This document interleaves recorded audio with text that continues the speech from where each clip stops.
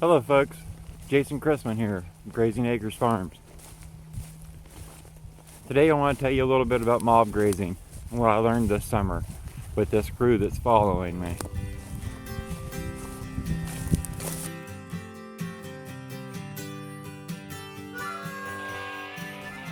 So mob grazing, everybody wants to know, what's the secret recipe? How big are your paddocks? How many head you putting on it? How much forage is in each paddocks? And so on. There is no definite answer for this question. Basically, if you experiment today, take what you learn, and make modifications tomorrow. Now what do I mean from that? I'm going to tell you in this little story. Back in the beginning of this year, 2017, we were working our way across this particular pasture that I am in right now. As we started our first couple paddocks across the pasture, they're several hundred feet long, going from one end of the pasture to the other, and roughly 60 feet wide. This year I have 50 head. It's the biggest herd I've had of finishers, and that's helped a lot for this. But anyway, one day I came up and I was getting ready to move the cattle, and I looked at their paddocks. I wasn't real happy with the results that were left. There's still goldenrod, there's still ironweed, there's still some things I think should either be trampled or ate. So I thought to myself, I wonder what would happen if I just make this next paddocks 30 feet wide, but the same length, several hundred feet, one end of the pasture to the other. So I decided to try it. You know, in the back of my mind, I knew you can't kill the cattle in one day. They're not going to starve to death. They might moan and groan a little bit, but from there I can make the modifications I need to do. So I set up my paddocks, got the cattle moved in, and I went home for the day. I came up about midday, planned to do another move, and when I got into the pasture and got to see the paddocks that I made, I was just amazed, folks. The results were tremendous. There was no goldenrod. Unlike the previous paddocks where they stepped around it real gracefully and didn't even trample it, in this paddocks that was 30 foot wide, they actually ate it. I've never seen cattle eat goldenrod. The ironweed was either chewed on or stepped on. They didn't eat it as much as they did the goldenrod, but they did put a hurt into it a little bit. This area you're looking at here, I've already taken the poly wire down to the right of your screen, but this is the area where they would have been yesterday when the paddocks was 60 feet wide roughly. This is the results from this morning's 30 foot wide paddock, and look at the difference in trampling. I don't see any weeds hardly at all standing compared to over here where I've got some goldenrod, some ironweed, some multiple rows, but they usually do a pretty good job about going right around that, and they still did the same thing there with the multiple rows in this paddock, but the weed difference is just unbelievable. So by shrinking it down to 30 feet wide versus 60 with 50 head, the paddocks goes to that tree line and to that tree line, and it's just constantly back and forth grazing. So now they're in their second 30 foot wide paddocks for the day, and that's where they're going to remain. And I see my little calf has slipped out of the paddock and down into some shade. Good for him. So I continued across the pasture, repeating this same thing, 30 foot wide paddocks, several hundred feet long, one end of the pasture to the other. Now when you set up these long, narrow paddocks, what it does is it gives the cattle the chance to go down to one end, and they turn around and they come back, and they just repeat that until everything out of there is ate that is desirable. And then when the desirable stuff runs out, then the competition begins, because see, if one cow don't eat it, the next cow's going to. So when you put that little scenario into this tight paddocks, magical things happen. So I repeated this across the pasture, and then roughly 70 days later, we returned back here. roughly 70 days ago, I was in this pasture with this herd, 50 head, and I started to experiment with really extremely narrow paddocks. They were about 30 feet wide. They ran from the tree line there to the tree line down over the hill. Putting all that impact in such a narrow area, forcing the cattle to graze back and forth, did unbelievable things for this pasture that's normally this time of year starting to have a lot of goldenrod and a lot of this Joe Pye, or ironweed. We do still have a little bit of the ironweed here and there, but nothing like before. And the clover that came in is just unreal. So there again, this pass through, I'm maybe 40 feet wide on these paddocks, a little bit less pressure, and I'm going to move them a little bit quicker and not let them eat it down quite as far. And I want to see what that does for my response. Once I get the herd back on it again, I will share that with you.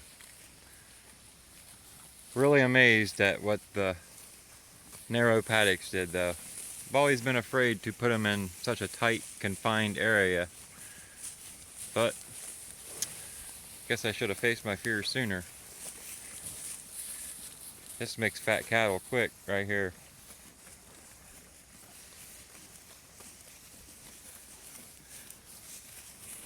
And my, oh my, what a response we got from all of that hoof action, trampling, them eating the goldenrod, which allowed the sun down to the ground. The goldenrod was no longer shading the ground. Now we have an abundance of clover coming in. I've never seen this before in this pasture or on this farm. So I took this little experiment that I used and I repeated it across the farm the rest of the year. And it's been amazing, folks. Amazing. So if you're one of the people that's out there looking for the secret to how to mob graze, how to create better pastures, you got to do some experimenting on your own. And this is one of the ways. Now, I understand not everybody's got 50 head. Maybe you've only got 5 head. So use that. Give them a long, narrow area. And maybe for 5 head, it's only 10 feet wide. I don't know. You're going to have to experiment. But take your stocking density and figure it out. You just got to play with it. There's nobody going to say, well, there probably is people that's going to say you're doing it wrong. But you got to ignore them. You got to listen to your cattle and to your gut and to what you're seeing with your eyes. Take that into effect too. So all of that comes into play. This is the pasture we were in that we did that 30-foot wide paddocks. Now if you look to the far side of the field over there, or the pasture, you're going to see a lot of brown. That's the goldenrod. That's where the 60-foot wide paddocks were. Just on this side of that brown area, you notice it's starting to green up. That's where the 30-foot wide paddocks started and continued all the way across this pasture to the other side. If you look out here where the cows are, this is also a mob grazed area. You can see how green it is. Now I'm going to step in here just real quick and show you what's growing in this section. Now if we take a close look down at the ground, what do you see? Nothing but clover, folks. And this is from all of the trampling, all of the hoof action, getting them microbes excited in the ground. You see, in a lot of cases, the clover seed's already there. You just need the soil conditions to be right in order for the clover to take off. Now I think if we walk out here where the cattle are and just see what they're grazing right this minute. Let's see what's got their attention and they're all excited about. They were just moved in here the last 5 minutes. But the ground, it's covered in clover over here where we were really thick and doing all the trampling action. Now if you look at this steer, what's he eating? He's eating the clover. If we go out here and look,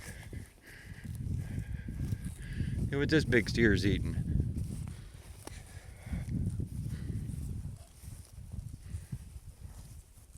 He's after the clover. Of course. That yellow tagged calf right there in front of me is one of my bottle fed calves from last winter. And then the baldy right here to your right of the screen is the other one. So now what I want to do is I want to cruise over there to the goldenrod area where the paddocks were 60 foot wide and let you see what the grass looked like over there. So I'm going to pause it for a second. Okay, just so you don't get turned around, we were standing right over on that hillside. The cattle are working their way across. But this is the area with the goldenrod.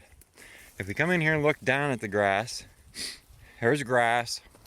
There's maybe little patches of clover. You got a little bit of clover here. But if you look around, you've mainly got orchard grass, maybe a little bit of fescue, and then you've got this heavily populated area of goldenrod. And like I say, this would have been the 60-foot wide paddocks. This is where they had more choices to eat, so they chose not to do anything with the goldenrod. And they also had the room to work around the goldenrod. They didn't step on it or trample it. But if we look over there, where it looks mowed, you can surely see the difference. So I hope this video has helped some of you. I hope you'll be encouraged to go out and try some mob grazing. Try confining them paddocks down a little bit. See their response. You're going to go out and you're going to confine the cattle down to a smaller paddock, and then you're going to want to stay there and watch them. Can't do that. You got to get out of there. Come back a couple hours later and check them. Check them from a distance. If they see you, sometimes what will happen is they'll start to bawl. Or if you're not in sight, there's really no reason to bawl. They have plenty to eat.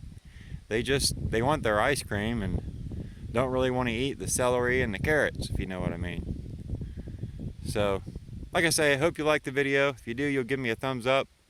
That'll help boost it to YouTube search ranks and make it easier for other mob grazers to find.